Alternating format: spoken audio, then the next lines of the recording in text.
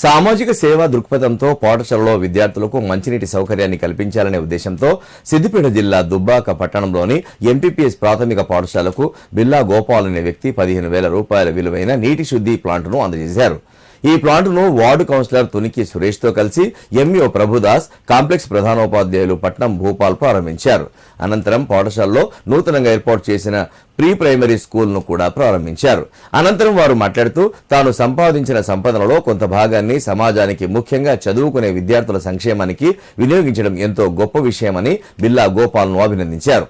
ఆయనకు పాఠశాల ఉపాధ్యాయులు, విద్యార్థుల తరఫున ప్రత్యేక కృతజ్ఞతలు తెలిపారు. ఈ సందర్భంగా ward councillor Tuniki Suresh, MEO Prabhudas, complex ప్రధానోపాధ్యాయులు పట్నం భూపాలను పాఠశాల ఉపాధ్యాయులు శాలువాలతో ఘనంగా సత్కరించారు. ఈ కార్యక్రమంలో పాఠశాల ప్రధానోపాధ్యాయులు మధుసూదన్ రెడ్డి, ఉపాధ్యాయులు పాల్గొన్నారు.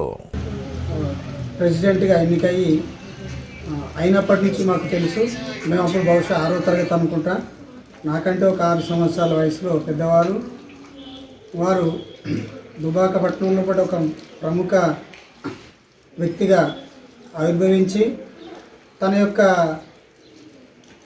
సంపాదనలో కూడా పాఠశాల విద్యార్థులకు టై బెల్ట్లు, షూస్, బ్యాగ్స్, యూనిఫామ్స్ లాంటివి అందిస్తూ చాలా పేరు ప్రఖ్యాతులు గాంచారు.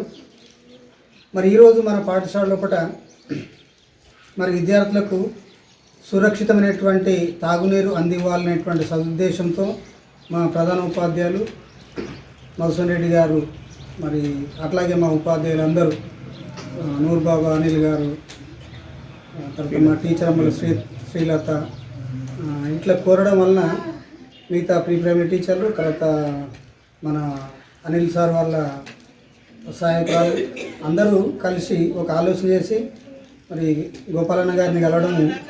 మరి గోపాలన్న గారు తప్పకుండా మరి విద్యార్థులకు సేవ చేయడంలో ఇప్పుడు ముందుంటాడు. దారుణకారణుడు, రంతిదేవుడు, శిబి చక్రవర్తి, బామాషాయి ఇలాంటి ఎందరో సేవానిరతి త్యాగమయుల యొక్క జీవితాలను స్ఫూర్తిగా తీసుకొని కొనికి పుచ్చుకొని మరి ఈరోజు సుమారు ఒక 15 ఏదో నాకు తోచిన విధంగా చిన్నపిల్లలకు సేవా కార్యక్రమాలు ఇప్పటి నుంచే నేర్పాలనే ఉద్దేశంతో, చదువుతో పిల్లలు ఇప్పటి నుంచే మోటివేషన్స్ అవుతారు కాబట్టి చిన్నప్పుడే వాళ్ళకు నేర్పుతుంటే దానము, ధర్మము మనం ఎలా చదవాలని నేర్పుతారని ఆ ఉద్దేశంతో చిన్నప్పటి నుంచి 10-15 ఏళ్ళ నుంచి ఇటువంటి కాన్సెప్ట్ తీసుకొని ప్రతి స్కూళ్ళల్లో నాకు చేతనైనంత నా దగ్గర ఉన్నంతనే తప్ప నేను ఎక్కడికో పోయి తీసుకొని రాదు. నాకు వచ్చిన దాంట్లో ఆదాయంలో కొంచెం పిల్లల కోసం వితరణ చేయాలనే ఉద్దేశంతో ఇటువంటి కార్యక్రమం చేయాలనేది.